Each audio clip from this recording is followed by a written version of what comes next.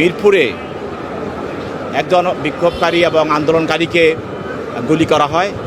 এতে সে মারাত্মকভাবে আহত হয়। সে পরবর্তীতে আরোগ্য লাভ করে পরবর্তী আদালতে এসে মামলা করে। এই মামলায় তদন্তকারী কর্মকর্তা তদন্ত করতে গিয়ে এই বিতর্কিত এমপি, অবৈধ এমপি মমতাজ বেগমের এই মামলার সঙ্গে তার সংশ্লিষ্টতা, তার সম্পৃক্ততা পায়।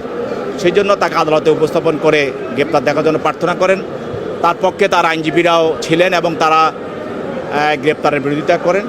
বিজ্ঞত উভয়ের বক্তব্য শুনে এবং মামলার কেস ডকেট পর্যালোচনা করে এই আসামিকে এই মামলায় গ্রেপ্তার দেখাইয়ে তাকে জেল হাজতে প্রেরণ করেন।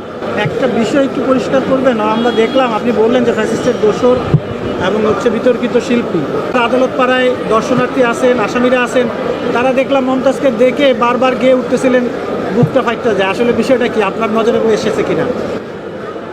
সে বাংলাদেশের একজন বিতর্কিত শিল্পী এবং ফ্যাসিস্টের একজন অন্যতম সহযোগী এবং সে অবৈধ এমপি, বিনা ভোটের এমপি এবং অবৈধ পার্লামেন্টে সে গান গেয়ে বিভিন্ন ধরনের অঙ্গিভঙ্গি করে সে পার্লামেন্টকে কলুষিত করেছিল এবং সেটা জনগণের যে মহান জাতীয় সংসদ সেটাকে সে কলুষিত করেছিল। তার প্রতি মানুষের এই জন্যই একটা আগ্রহ, অনেকেই এই জন্য আদালতে তাকে দেখতে এসেছে, অনেকে দেখছে।